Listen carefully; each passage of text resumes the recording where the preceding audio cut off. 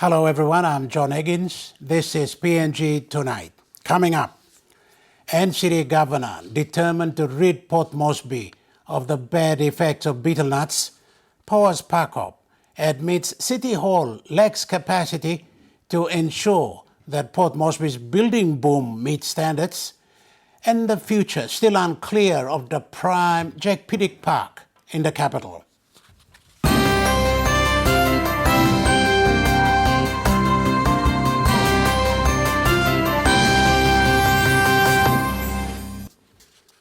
He will not give in to the fight against betelnuts in Port Moresby. He is determined to see that the prime Jack Piddick Park becomes a public venue, and he pledged to set up a team to ensure that Port Moresby's building boom meets all requirements. He is Powes Parkop, the governor of the national capital. I talked to him on these issues and more. Thank you, Governor, for talking to us. Yes. The rains have come, Port Moresby is looking green. Means a lot of work for you to keep the city clean? Yes, absolutely. We could not ask for any better thing than the rain coming after a long dry season. Yes, yes. Okay. El Nino, yes. All right. So it's good for the city, good for everyone. I want to talk about the city and betelnuts and talk about the land issues of the city. Yes. There's 2 points I want to talk with you. Now, let's get onto the betelnut issue. Yes. It's an issue that's not going to go away, no. And it's an issue that's going to cost us a lot of money. So you're not winning with this battle, are you? What is the latest? No, John, I don't. I did not promise an overnight sensational success. I said that we will go on a journey, and the journey might take a while. It's definitely going to take a while. So I know.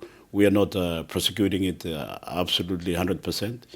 We might not be winning all the time, but definitely, John, if you compare the city 5 years back or 6 years back to where we are now, I think everybody can generally agree that we have done well. We are gradually changing the attitude of our people, and I think they are seeing the reasons why we were compelled to take this action, drastic action that we have to take. Okay. Yeah. Along the way, there's been deaths.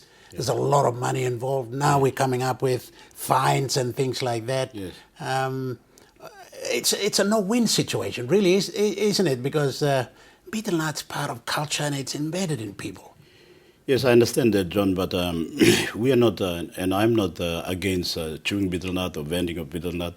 I just want our people to change, the way in which they vend and chew. We've been simply asking for responsible vending and responsible chewing. That's all. It's not rocket science. So I'm not asking our people to, swim across a river full of crocodiles or climb Mount Everest. It's just no spitting. Don't throw rubbish here and there. It's not that hard, but it's dealing with human behavior. So human behavior takes a long time, a bit of time to change. But look, John, if they can do it in Asia, like from Sri Lanka all the way to China and going east to India, they can change. I don't see why Papua New Guineans we should be an exception. Maybe they have guided democracy, so maybe the hand was a little bit harder to control all of that. But India has managed to control the bad side of chewing. So India is not never went through a dictatorship or guided democracy. They've been one of the success of democracy in terms of British type parliamentary democracy. So true. We can't really say that that because of the type of government they have to change. But as I said, it'll be a journey, and the people are changing. Okay. So John, because we are dealing with human behavior, it doesn't change overnight. Yes. You can manage a fleet of cars. They don't move. They don't think. People think, and they'll argue with you. Absolutely. All right, we've come up with a fine of 500 kina, and we've engaged policemen in association with the police, with the Royal Papua New Guinea Constabulary and NCD. Is that going to work? Is the fine going to work? Yeah, John, the fine now, if I could explain to the public in the city, is that it's now directed, and it's not a new fine. It's been there, but we have not been focusing on it. Now what our deputy city manager has announced is that because he's the controller of the ban, that it will be focused on the chewers. because the main problem has been the chewers. We've been targeting the vendors up to now because the vendors, they vend everywhere. We try to, confine them into a static location, a market and so on. They don't want to do that. They want to vend everywhere, anywhere, subscribe to no regulation and so on. They don't even pay tax too in terms of direct tax from the sale of betelnut.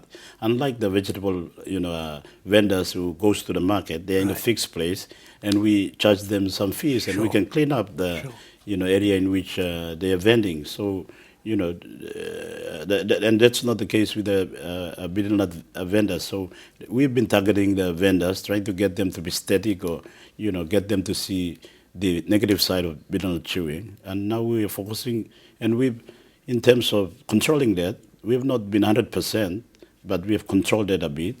Now we're focusing on the chewers who are, the other side who, as irresponsible as the vendors. Yes. And chewers perhaps outnumber vendors here. Yes. And there'll be plenty of those. 500 kina. Do you think they'll pay that? They won't pay Are some paying that? It's a deterrence. They should take it this seriously because very soon we will be putting out roadblocks or, catching them chewing in public places. If they're in a motor vehicle or in a private vehicle and they're on the public street, well, that's an offense. Sure. So, we're serious about this. I'm serious about this. Yeah. I know, John, I will pay a political price for it, but somebody's got to pay a price. We can't just, succumb to some of the bad habits of our people, And John, let me also say this to our public that the whole exercise is not just about curbing this irresponsible chewing and vending. It's also about the culture, a bad culture that is sweeping and creeping through our city that nearly become a dominant culture. The culture of carelessness, no adherence to basic hygiene, trading anywhere, spitting anywhere. It just didn't stop with the chewing and betelnut. It went to litter and everything else well. If we did not arrest this problem, we were going to have a situation where the virtues of the city were going to be like mediocre type, low standard, poor hygiene, anything goes, whatever happens. Yes. And so it's also our attempt to, get our people to subscribe to higher virtues. Good hygiene, good health, good maintaining health, a good environment in which we could live and work and go to school and build the future for our country and our people. Well, Governor Parkop, it has to be said that yes, you have kept the city clean. It looks impressive. In fact, it is probably the cleanest city in the whole country right now, and Leh, I think, is coming online as well. But I'm just thinking with this fine, the 500 kina, you are going to succeed with it. You're going to make people. If you catch them, you're going to try and make them fine. If they don't, you're going to put them in the cell. I'm just thinking that you're going to have a whole lot of cells out here full of people. Well, we've got a lot of cells, so we are ready for them. But John, we are also going to subject them to some community, work. They're going to pay in a different way. We've got a lot of drains and streets that are dirty, so if they can't pay the fine, then they can go and do some community work. Okay. So that way they pay for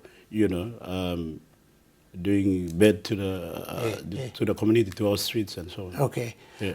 What about just the habit of chewing betelnut itself? Okay, it's a bad habit. We want to change this culture.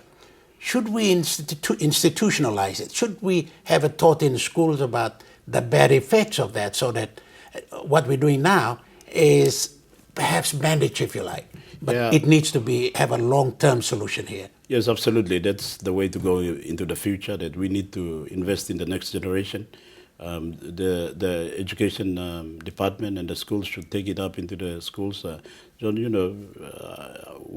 I went to school during colonial time, and when we went there, they gave us basic hygiene. You put your hands out like this. Is it clean or not? They check our mouth and so on. If it's dirty, we go back to the village and scrub our tooth before we come back to school. And look at what happens after independence. All those basic things go down the wayside, and we are paying the price for it in a lot of ways without realizing it. Okay. Yeah. Okay. The interview with Governor Powes Parkop continues after this break.